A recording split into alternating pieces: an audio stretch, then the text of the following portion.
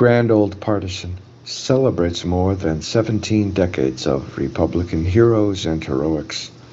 Today I commemorate the Lincoln-Douglas debate at Freeport, Illinois. Quote, in 1858, Democrat Senator Stephen Douglas came up for re-election.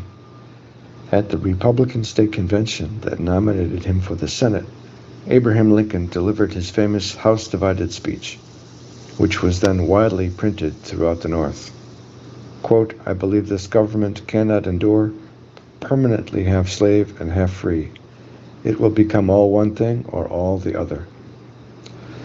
Douglas had written the law sparking the creation of our Republican Party, so everyone expected the two candidates to debate whether the nation would become all slave or all free.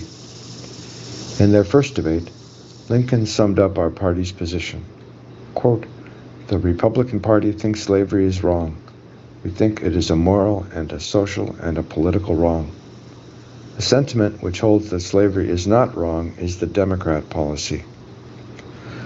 The second debate, held in the northern Illinois town of Freeport on August 27th, proved to be the most important. It was the final undoing of attempts to reconcile two contradictory Democrat policies, states' rights and the right to enslave others. It also cost Douglas the presidency 2 years later. Lincoln asked him, quote, can the people of a United States territory in any lawful way, against the wish of any citizen of the United States, exclude slavery from its limits prior to the formation of a state constitution? Saying yes argued against the Dred Scott decision, while saying no would contradict the Kansas-Nebraska Act. Douglas's reply was to say that a territory could, despite Dred Scott, keep out slavery by simply not enacting slavery laws. This admission by Douglas that a territory could legally exclude slavery enraged Southern Democrats. One could almost hear snapping, the last cord holding the two halves of the country together. These paragraphs are from pages 32 and 33 of Back to Basics for the Republican Party.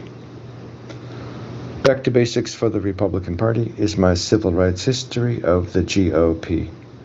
To quote the book, the more we Republicans know about the history of our party, the more the Democrats will worry about the future of theirs. For more information, see grandoldpartisan.com.